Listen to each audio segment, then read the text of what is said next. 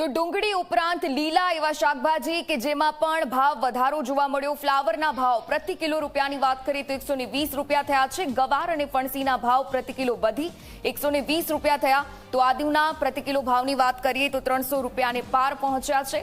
લસણના ભાવ પણ પ્રતિ કિલો 240 રૂપિયા પહોંચ્યા છે। તો આ સાથે ટામેટા અને બટાકાના ભાવ પ્રતિ કિલો 40 રૂપિયા પર પહોંચ્યા છે।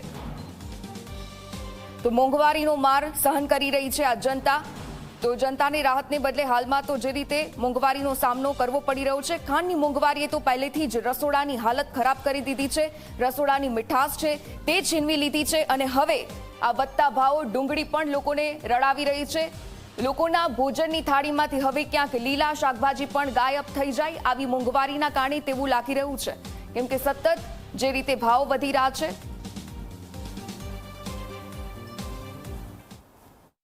છેલ્લા ઘણા સમયથી સતત ખાદ્ય પદાર્થોના ભાવમાં વધારો થઈ રહ્યો છે।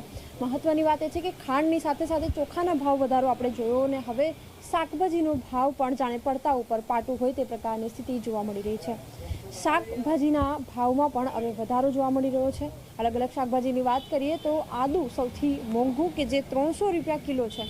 નવું આદુ છે કે જે બહુ લાંબા સમય સુધી ચાલતું નથી એ આદુ 100 રૂપિયા કિલો છે, જ્યારે જે જૂનું આદુ છે એ 200 થી 300 રૂપિયા કિલોની આસપાસ વેચાઈ રહ્યું છે। આ સાથે જ અલગ અલગ શાકભાજીની વાત કરીએ કંટોળા 200 રૂપિયા કિલો છે, ગવાર અને ફણસી 120 રૂપિયા કિલો છે।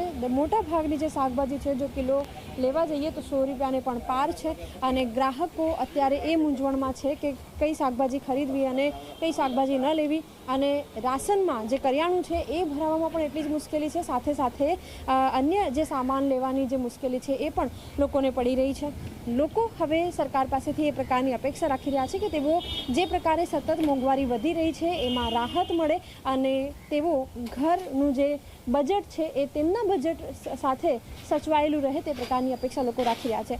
વેપારી આપણી સાથે છે, એમની સાથે વાતચીત કરીશું, એમને પૂછીશું કઈ શાકભાજીનો શું ભાવ ચાલી રહ્યો છે અત્યારે? અત્યારે રેગ્યુલર શાકભાજી 100 ને ઉપર છે। બધું શાકભાજી જે આદુ છે, પરવર છે, ગિલોડા છે, ગવાર છે, ભીંડા છે। અત્યારે ફ્લાવર બી મોંઘું છે, 120 રૂપિયા કિલો છે।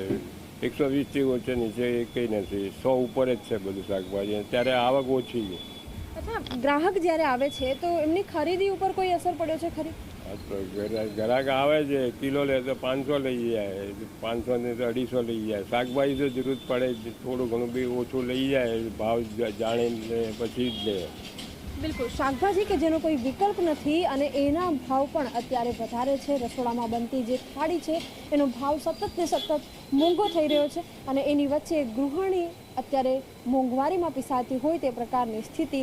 ક્યાંક ને ક્યાંક સરકાર પાસેથી અપેક્ષા રાખવામાં આવી રહી છે કે તેઓ મધ્યમવર્ગીય પરિવાર તરફ એકવાર નજર રાખે કે જેથી તેમને આવો મોંઘવારીનો માર સહન ન કરવો પડે। કેમેરામેન તુષાર સાથે સપના શર્મા, ઝી 24 કલાક, અમદાવાદ।